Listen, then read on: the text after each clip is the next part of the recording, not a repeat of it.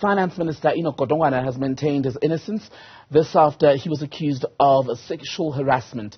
In a statement, the minister says he's aware of the claims, but he's not heard anything from police. The alleged assault is believed to have taken place at a hotel room in Mpumalanga. Let's talk about this with Vanita Daniels, director at the Rise Up Against Gender-Based Violence organization. A very good afternoon to you, ma'am.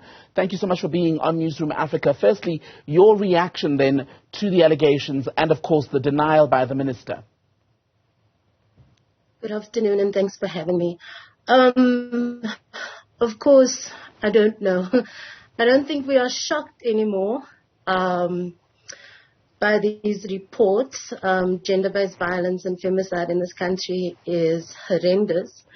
And so when we see reports of famous and powerful men being accused of sexual assault or any sort of gender-based violence case, we are not shocked as a sector at all.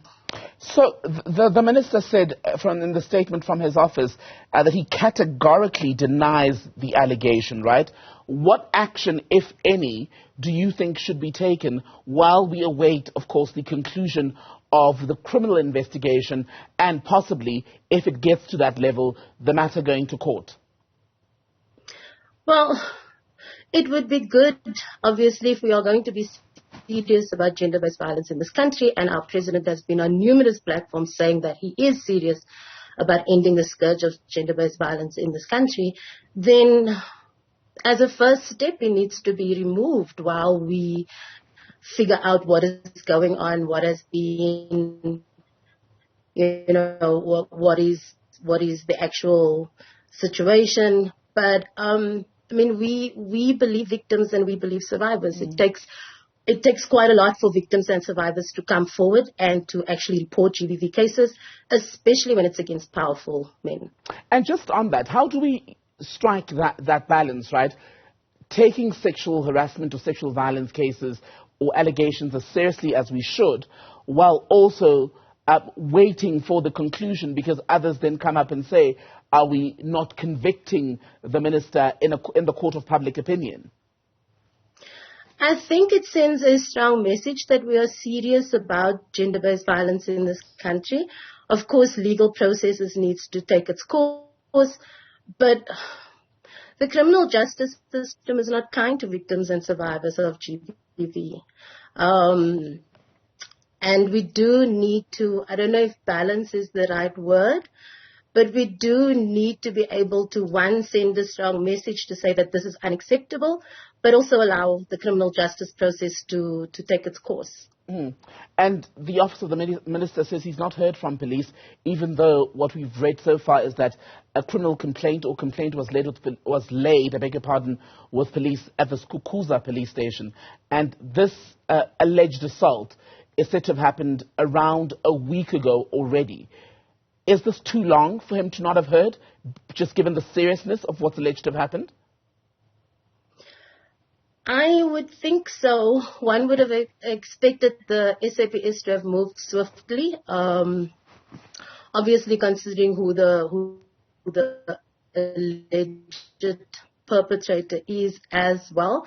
And for the minister to say that he has not heard anything from the SAPS in this regard is worrying, because one would have to start asking questions, but why is this taking so long? And what's happening that the minister has not been formally charged. But again, the criminal justice system has a history around gender-based violence cases of dragging its feet. And we're all waiting to see what is actually going to happen. And on the allegation itself, it's alleged that the minister fondled this woman who was a hotel employee while on holiday in Mpumalanga. He says that did not happen because at the time in question, he was with his wife, right? But the characterization of what's happened, if the allegation is that the woman in question was fondled and the initial reporting was that we were dealing with sexual harassment, is that harassment or assault? Well, it would be assault. I mean, the alleged or crime to have taken place was that he touched her sexually. And so for us, that would be assault. and not necessarily sexual harassment. And the fact that he wants to use the notion that his wife was in the room and therefore, or his wife, or he was on holiday with his wife. I'm not quite sure. There's been reports that she was in a different part of the room when he was alone with the employee. And the fact that he's trying to use that is just rather disingenuous, I would think. Because the argument, at least in the reporting by the likes of the Sunday Times, was that the minister had told people close to him that at the time in question, there's just for context for people who missed it, they were receiving massages as one would do if you're at a hotel. But he says it couldn't have happened because his wife was also in the same area getting the same or similar treatment.